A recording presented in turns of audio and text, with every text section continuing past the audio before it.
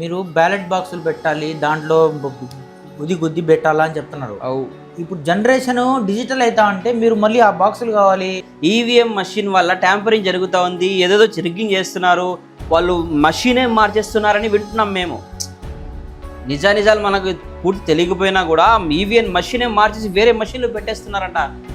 ఏ party ఉన్నా ఎవడు గెలిచినా మాకు సంతోషమే, ఎవరో ఒకరు ఏదో చెయ్యాలని వస్తారు. కాకపోతే న్యాయంగా రండి, మషిన్లు మార్చేసి మేము పైన వచ్చి కూర్చోవడం తప్పు కదా. అదే మా అందుకే సుఖంగా ఓట్లు జరగాలండి. రాజకీయ నాయకుడు వాళ్ళ పోస్టర్లు, ప్రతి ఊర్లో ప్రచారాలు, మనిషికి తెలుసండి వాళ్ళకి ఎవరు కావాలో వాళ్ళని కోరుకుంటారు. మీరు ఇంటింటికి తిరిగి అడుక్కోవడం ఎందుకండి? మీరు అసలు పోస్టర్లు వేసి, ఇది వేసి, ఆ ఫోటోలు వేసి, ఈ ఫోటోలు వేసి, మాకు తెలుసు కదా, మేము వేస్తాం కదా ఓట్లు. కాదండి, దాన్ని క్యాంపెయిన్ అంటారు. మీకు పెద్ద ఐడియా లేదు, మీకు ఐడియా ఉండదు. ఓకే, ఫారిన్ కంట్రీలు మీరు తిరిగినారా? అక్కడ క్యాంపెయిన్లు చేస్తారా ఫారిన్ కంట్రీస్ లో? ఎందుకు తెలియదు? మీరు తిరిగినారా? తిరిగాను నేను, దుబాయ్ లో తిరిగాను. దుబాయ్ అది యునైటెడ్ అరబ్ ఎమిరేట్స్.